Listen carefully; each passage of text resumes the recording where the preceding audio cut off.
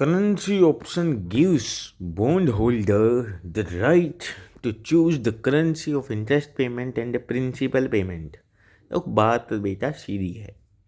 Sorry बेटा बोल दिया, बात भाई सीधी है। ये फॉरेन करेंसी ऑप्शन में क्या होता है, बॉन्ड होल्डर चूज कर सकता है कि किस करेंसी में बॉन्ड खरीदना है और उसको इंटरेस्ट पेमेंट किस करेंसी में चाहिए। ठीक है। बस Seniority, senior debt, lower risk, junior debt, also called subordinate debt, higher risk। और लो रिस्क तो लो इंटरेस्ट रेट और हाई रिस्क तो हाई इंटरेस्ट रेट। अब जब कंपनी स्वाहा होगी तो जितने रुपए बचेंगे वो वाटरफॉल मैकेनिज्म से पहले सीनियर डेट को दिए जाएंगे, फिर जूनियर डेट को दिए जाएंगे, क्योंकि ये लो रिस्क की है तो इसको पहले मिलेगा। सिंपल। सीनियर सिटीजन है, वैसे याद कर सकते हैं। Contingency provision, embedded option, call put conversion. Trust deed समझाते हैं चलो आपको। ये वैसे तो कोर्स में ही नहीं, किसके कोर्स में, चलो कोर्स का नाम भी नहीं दो समझ लो। अब यहाँ पे एक ट्रस्टी होता है या बॉन्ड होल्डर होता है। तो एक्चुअली ये काम हो किससे रहा है, बीच में ट्रस्टी से हो रहा है कि ये जो बॉन्ड इशू है ना, ये ट्रस्ट डीड बना देगा इसके साथ, और ये यहाँ पे बॉन्ड होल्डर इससे बात करता रहेगा। ट्रस्टी इंश्योर करेगा बॉन्ड होल्डर को कि उसकी पेमेंट हो जाएगी, और ट्रस्टी है वह फिड्यूशरी पोजीशन, ट्रस्ट पोजीशन का काम करेगा। ठीक है। ईश्वर अपॉइंट करेगा ट्रस्टी को, जनरेट द बॉन्ड इंडेंचर।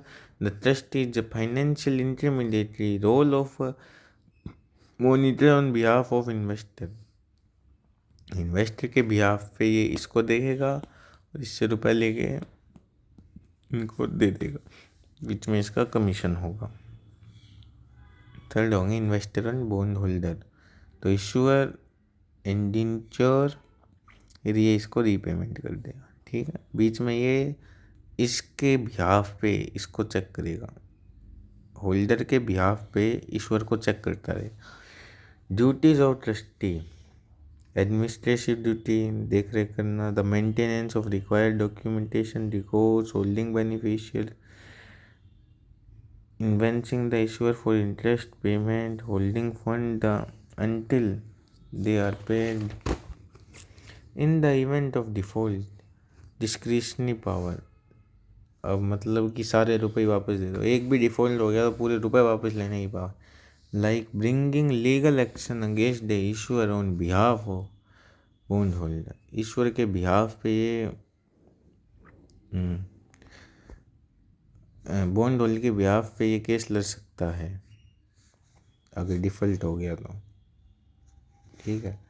अब बॉन्ड इंडेंचर पढ़ेंगे। Source of repayment proceeds, sources क्या हो सकते हैं गवर्नमेंट को रीपेमेंट करने के। ठीक है। गवर्नमेंट के पास तो इनकम कहाँ से आ रही है, टैक्स से या रुपए से। Direct tax, income tax, wealth और इनकम टैक्स है। नॉन सॉवरेन या लोकल गवर्नमेंट कहाँ से आती है, टैक्सेस या फीस फ्रॉम इन्वेस्टर्स के प्रोजेक्ट या बिल। थर्ड है कंपनीज, इम्पोर्टेंट कंपनीज क्या, नॉन सॉवरेन गवर्नमेंट लोकल मतलब स्टेट, स्टेट के पास भी टैक्सेस तो आ रही है, और फीस फ्रॉम इंफ्रास्ट्रक्चर प्रोजेक्ट जो भी है ये छोटी मोटी ये आती रहती है। ठीक है। फिर कंपनीज, ये इम्पोर्टेंट है।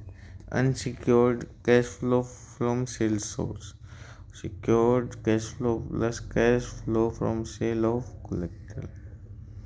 अब ये क्या लिख रखा है, अनसिक्योर्ड है ना, अनसिक्योर्ड में तो ये होगी कि कैश फ्लो से पेमेंट होगी, और सिक्योर्ड में ये होगी कि कैश फ्लो से तो होगी, अगर पूरी पेमेंट नहीं हो पाई तो फिर इसको कोलेट्रल की सेल करनी पड़ेगी। इफ रीपेमेंट रहे जो सेल, जो भी रीपेमेंट रही तो वो सेल करके कोलेट्रल से होगी।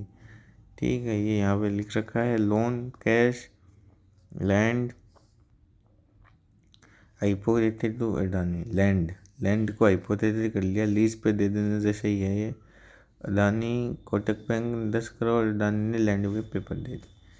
अब क्योंकि वो लिया था लोन लिया था तब इसको हाइपोथेटिकल कर दिया।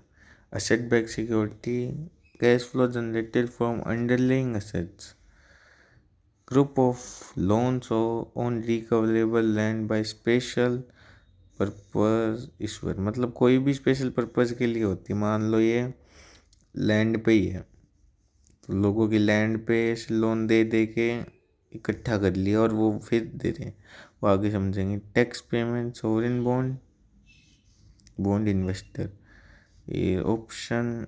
तो ये देखो इसमें टैक्स सोवरेन बॉन्ड में मतलब गवर्नमेंट वाले में मिलेगा बॉन्ड इन्वेस्ट, और खाली ऑपरेटिंग कैश फ्लो अनसिक्योर्ड में मिलेंगे। सिक्योर्ड में cash flow plus collateral cash flow.